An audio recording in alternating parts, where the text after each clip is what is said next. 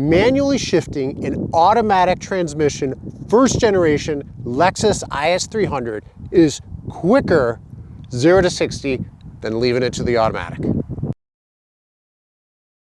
We're going to do some more 0 to 60 testing. I know we just recently tested out this totally stock Sport Cross, and I was a little disappointed. Not surprised, but a little disappointed. We then took it to the dyno and it performed very well. More horsepower than I thought it would deliver. And when I tested this 0 to 60 last time, it was in full automatic. So I'm really curious to know if there's any noticeable difference in 0 to 60 acceleration times in manually shifting instead of letting the car shift totally automatic.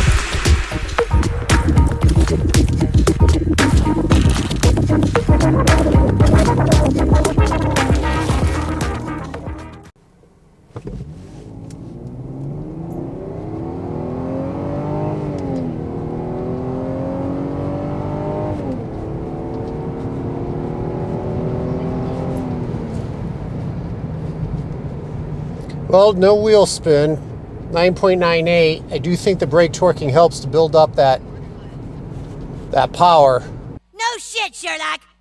I am using the Draggy performance meter. I've had this for a little bit. I've tested all my cars on this. It is pretty accurate from all reviews and testing I've seen, as well as me taking this to Bandamere Raceway, our quarter-mile track here. So I'm happy with its performance. Not happy with my performance or this car's performance, not just yet. Remember, we are going to turbocharge this car.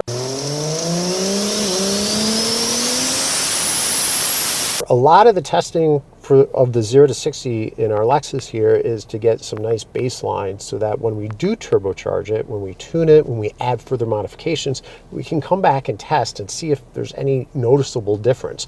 I sure hope there's going to be a noticeable difference once we turbocharge the car, but how much? Is it going to take a second off, 2 seconds off? Is it just going to smoke the tires where we're not going to see any huge improvement, 0 to 60, because we're not getting the traction? These are the things I want to do with the car and using the numbers to see what you can expect. So help you out to make your decisions regarding potential modifications on your first generation Lexus IS300. So this will be the 4th run. Traction control off, ECT power on. It's about 58 degrees outside. I will brake torque and manually shift, and we'll see what happens.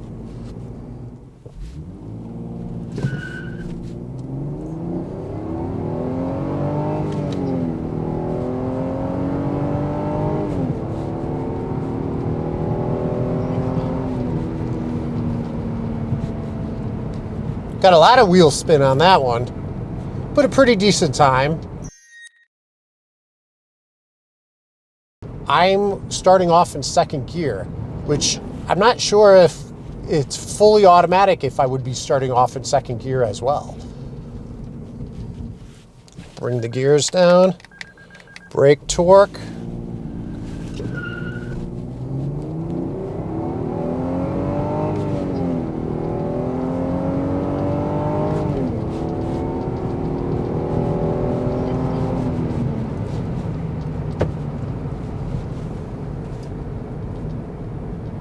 Yep, that's higher. Wow, really high, 9.94.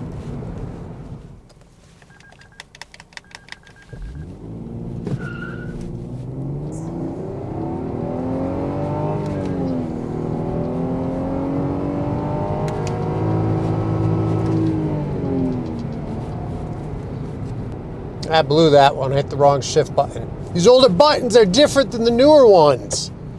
Just not working out for me. 1, I think it's automatically shifting regardless. 2, it's starting off in 2nd gear. I can't get into 1st gear manually. I don't know if full automatic does the same thing, so it might be exactly the same.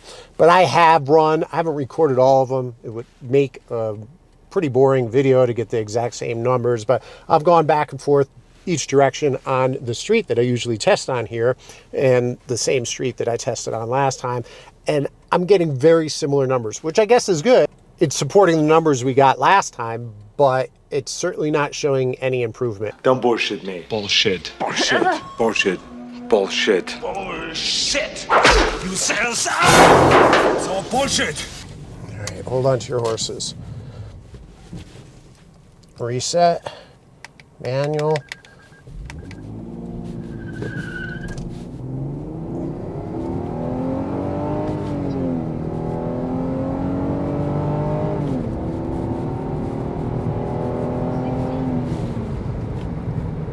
Eh, 9 point.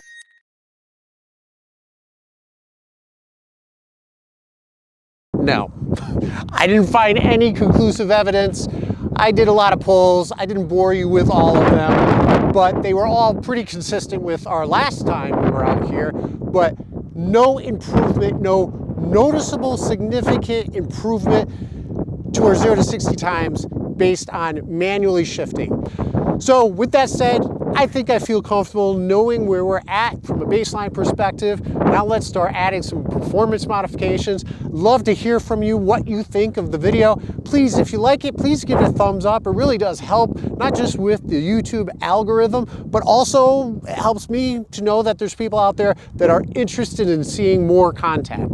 With that said, I think we're done for today. Thank you very much for joining, and until next time.